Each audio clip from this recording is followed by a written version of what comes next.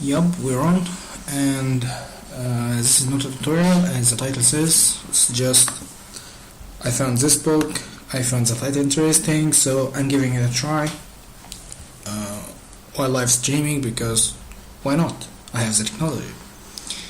Let me just check if the sound is working.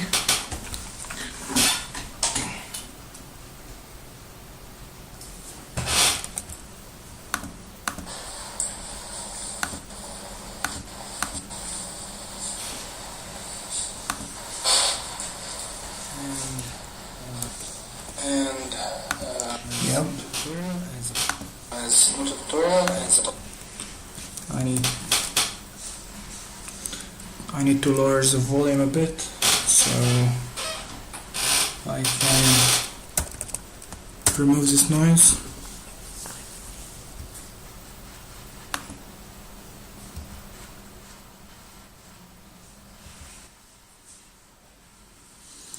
Okay, let's get started. This book is called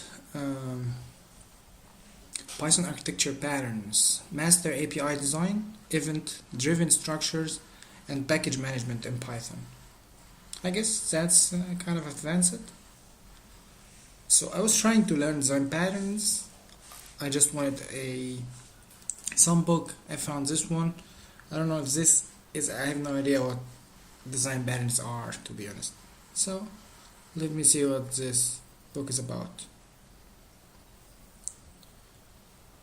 It's been a professional for 20 years, is full-time developer, okay.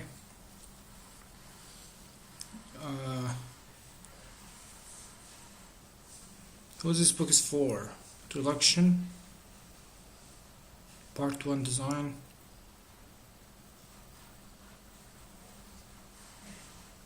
Part 2 Architecture Patterns. Okay, let's see whose this book for. Preface: the evolution of software means that over time systems grow and be more and more complex and require more and more developer working on them in a coordinated fashion. As the size increases, a general structure arises from there. This structure. Okay. The challenge for architecture is to plan and design the structure. Well-designed architecture make different teams able to interact with each other while at the same time having a clear understanding of their own responsibilities and their goals. Okay. In this book we will see the different aspects of software architecture from the top level to some of the lower level details that support the higher view. This book is structured in 4 sections covering all the different aspects in the life cycle. Design before writing any code, architecture patterns to use proven approaches, implementations of the design in actual code, ongoing operation to cover changes. Okay. Who this book is for? This book is for software developers that want to expand their knowledge of software architecture, with experienced developers that want to expand and solidify their intuition about complex systems. Well, it looks like Indian. What this book covers? Okay. Chapter 1, Introduction to Software Architecture, presents the topic of what software architecture is and why it is useful, as well as presenting a design example. Okay, let's get to chapter 1 and then we'll see. Get most out of this book, share your thoughts. Okay. Introduction to Software Architecture. The objective of this chapter is to present an introduction to what software architecture is and where it's useful. We will look at some of the basic techniques used when defining the architecture of a system and a baseline example of web services architecture. What? The objective of this chapter is to present an introduction to what software architecture is and where it's useful. We will look at some of the basic techniques used when defining the architecture of a system and a baseline example of web server service architecture. This chapter includes a discussion of the implications that software structure has for team structure and communication, as a successful building of any non-tiny piece of software depends heavily on successful communication and collaboration between one or more teams. Moreover, this factor would be taken into consideration. Also, the structure of software is structured has ramifications. What? Ramifications.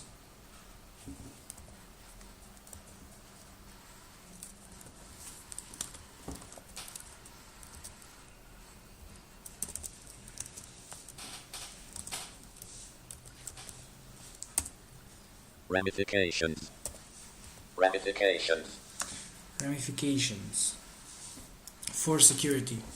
Also in the chapters there will be a brief introduction to the architecture of an example system that we will be using to present the different patterns and discussions throughout the rest of the book. This chapter will cover the following topics: defining the structure of a system, divided into smaller units, Conway's law on software architecture, general overview of the example, security aspects of software architecture. Let's dive in. Defining the structure of a system. At its core, software development is about creating and managing complex systems. In the days of computing, programs were relatively simple. Mostly perhaps could calculate parabolic trajectory or factorize numbers.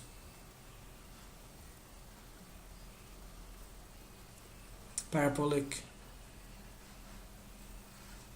trajectory or factorized numbers. The very first computer program designed in 1843 by Ada Lovelace calculated the equals. Oh, come on. Get started. At the core of software architecture, then it is taking a look at the big picture to focus on where the system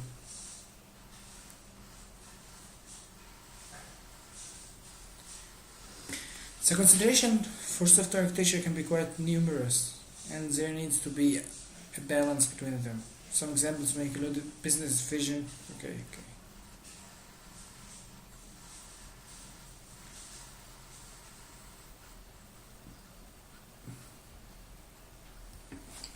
One of the main challenges for software architecture is working with existing systems that needs to be adapted, making incremental approaches toward a better system, all while not interpreting the normal daily operation that keeps the business running. Division into smaller units. The main technique for software architecture is to divide the whole system into smaller elements and describe how they interact with each other. Each smaller element for unit should have a clear function and interface. For example, a common architecture for a typical system could be a web service architecture composed of a database that stores all the data, a web worker that serves dynamic HTML content written in PHP, and Apache web server that handles all the web requests, returns any static files like CSS and images, and forwards the dynamic requests to web workers.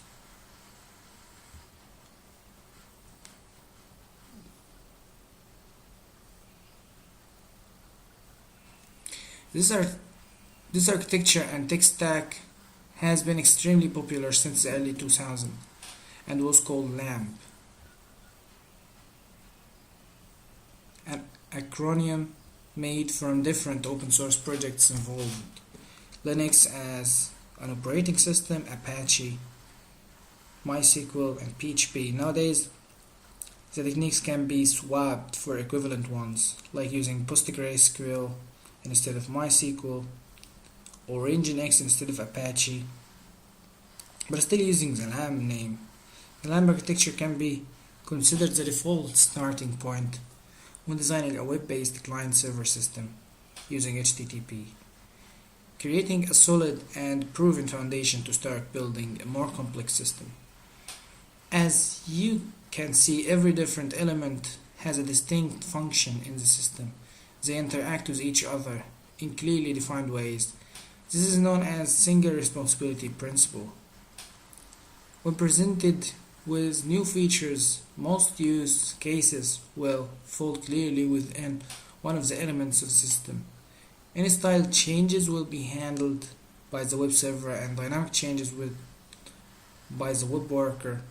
There are dependencies between the elements as the data stored in the database may need to be changed to support dynamic requests, but they can be detected early in the process. We'll describe this architecture okay. Each element has different requirements. Come on, get started, dude. And process communication. Yeah. Okay, this is a division into smaller units. In process communication, the typical way of looking at different units is as different processes running independently, but that's not the only option. Two different modules inside the same process can still follow the single responsibility principle. The single responsibility principle can be applied at different levels and is used to define the division between functions and other blocks, so it can be applied in smaller and smaller scopes. It turtles all the way down, but from the point of view of architecture, the higher level elements are the most important, and it's the higher that defines. Okay.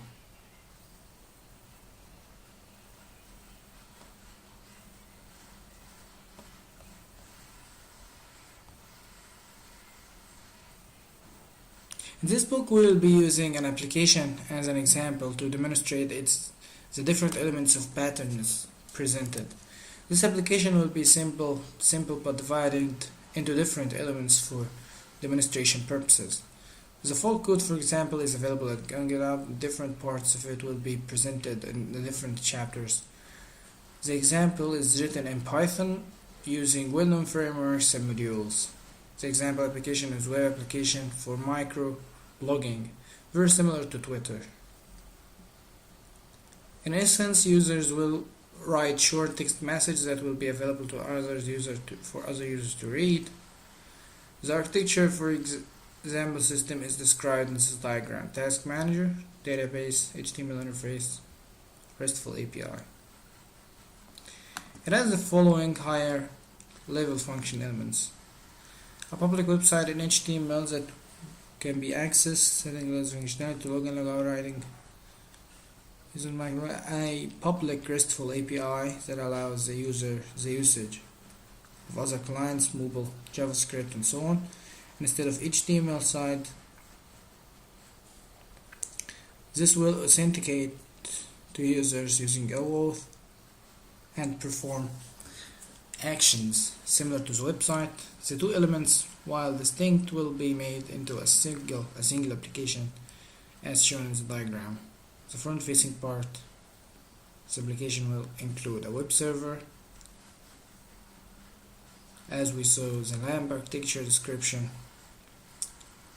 which has not been displayed here for simplicity.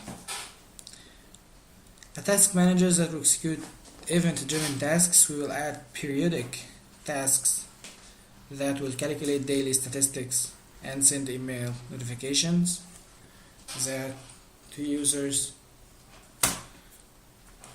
Okay, database that will stores all the information. Internally, a common package to ensure the database is accessed correctly for all the services.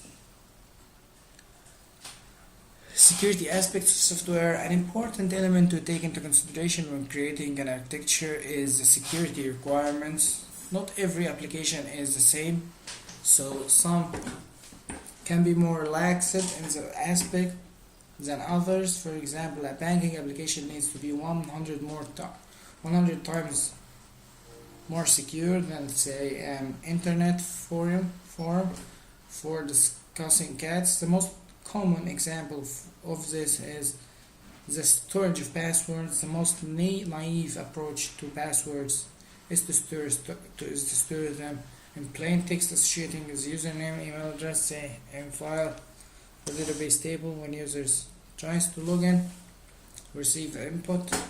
Okay. If an attacker has access to the storage for the applications, they will be able to read the passwords of all the users. As a real issue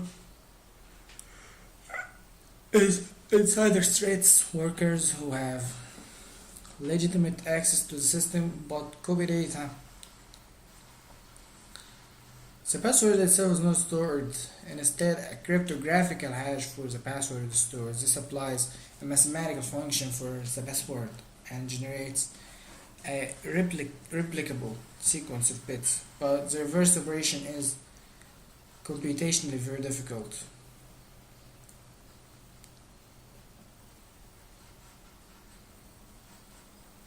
Part 1. Design. We will first spend some time explaining the basic step of designing a system. My suggestion is as follows. Design is the first stage of any successful system. An encompasses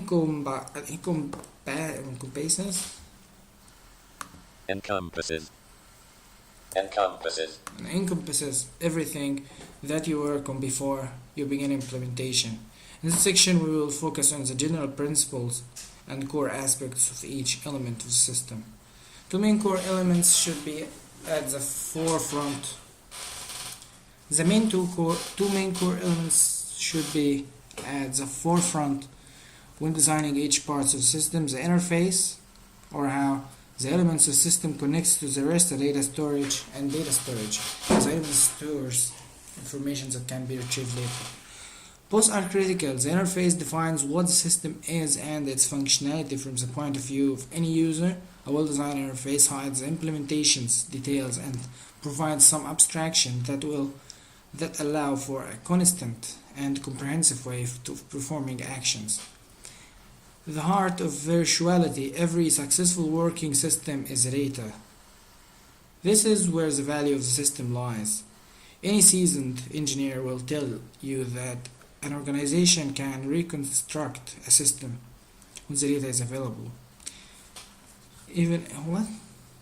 Any seasoned engineer will tell you that the organization can reconstruct a system when the data is available. What does this even mean?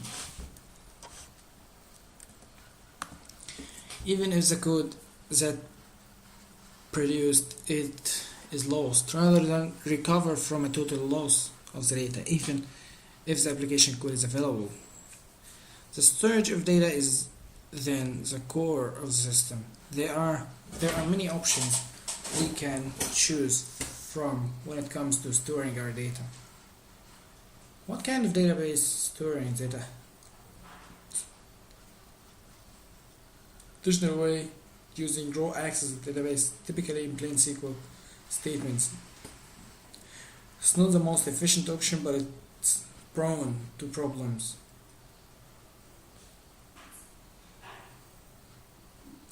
In this section of the book, this section of the book comprises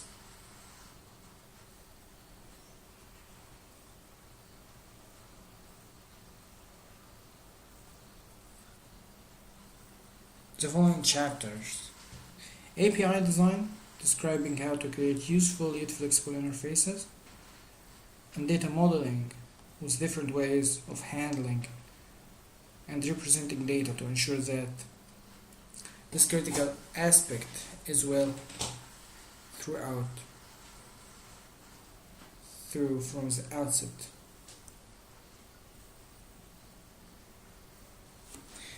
In this chapter we'll talk about the basic application programming interface design patterns.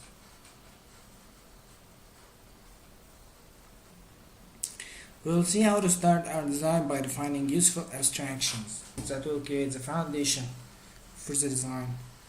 We will then present the principle of RESTful interfaces, covering both the strict academic definition and more and a more practical definition to help when making design. We will look at design approaches and techniques to help create a useful API based on standard practices. We'll also spend some time talking about authentication, as this is a critical element for most APIs. We will focus in this book on RESTful interfaces, as they are the most common right now. Before that, there were other alternatives include remote procedure call in the 80s, a way to make a remote function call, or a single object access protocol SOAP in the early 2000s, which standardized the format of a REST call. Code RESTful interfaces are easier to read and make advantage of the already established usage of HTTP more strongly, although in essence they could potentially be integrated via those older specifications. They are still available today, nowadays, although predominantly in order to predominantly.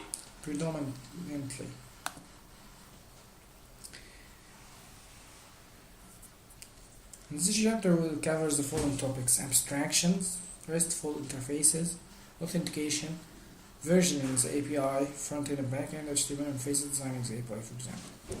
For an example, let's take a look for its abstraction first. Abstractions. An API allows us to use pieces of software without totally understanding all the different steps that are involved. It presents a clear menu of actions that can be performed, enabling an external user who doesn't necessarily understand the complexities of the operation to perform them efficiently. It presents a simplification of the process. These actions can be purely functional, where the output is only related to the input. For example, a mathematical function that calculates the pericenter of the planet at a star, given their orbits and masses.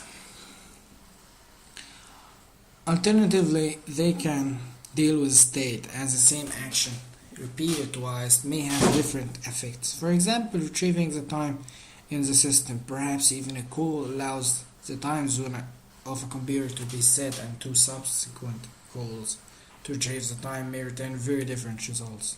In both cases, what the hell happened?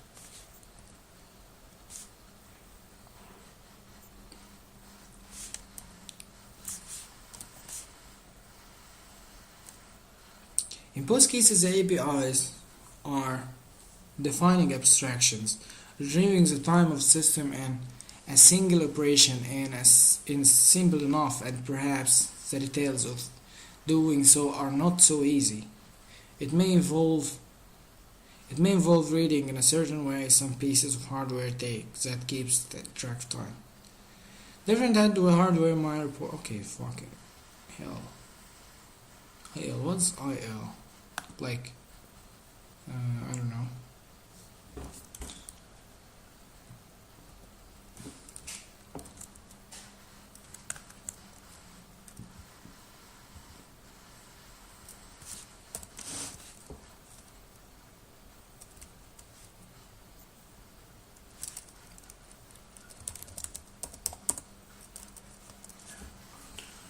I is for, what the hell is I? I includes protocol response headers and outputs. What is L?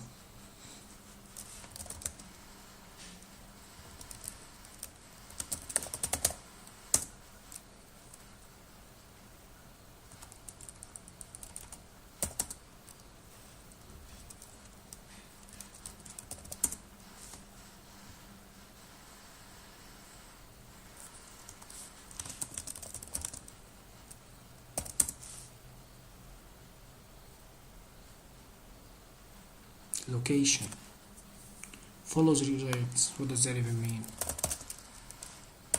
Oh, it's capital I. Where's capital I? head shows document info only.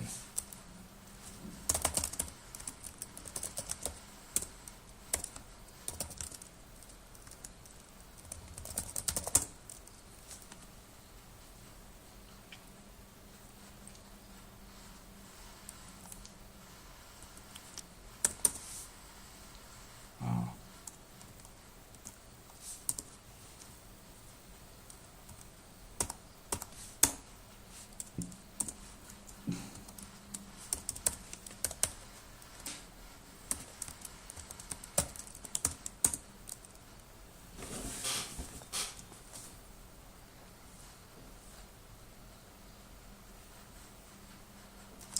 This makes a call to Google.com and displays the header's response using the I flag.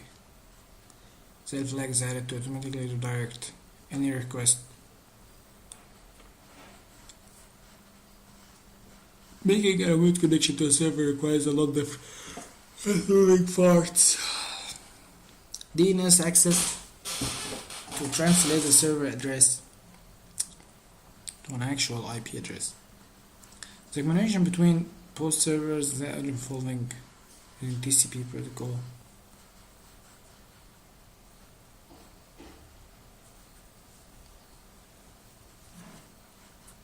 A lot of different moving parts. We need DNS access to translate the server address to an actual IP address.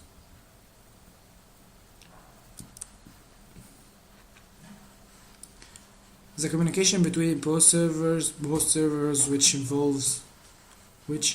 involves using TCP protocol to generate persistent communication generate and guarantee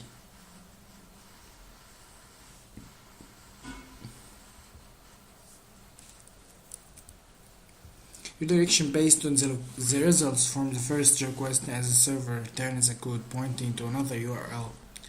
This was done owning to the usage of the L flag. The redirection points to the HTTPS URL, which requires adding a verification and encryption layer to the each of these steps also make use of other APIs and performs more actions which could involve the functionality of operating system or even calling remote servers such as DNS. Here's the CURL interface is used for the command line, while the strict definition of the API discards stipulates that the end user is human. There is not really a big change. Good APIs should be easily testable by human users. Command line interfaces can also be easily automated by bash scripts or other language. But from the point of view of user of CURL, this is not very relevant. It's simplified.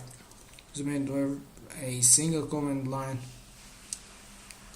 with a few flags can perform a well-defined operation without worrying about the format to get the data from the DNS or how to encrypt the request using SSL. Using the right abstractions. For a successful interface, the root is to create a series of abstractions and present them to the user so that they can perform actions. The most important question when designing a new API is therefore to decide which are the best abstractions. When the process happens organically, the abstractions are designed mostly on the go. What do you mean? The process happened organically. Is there an initial idea?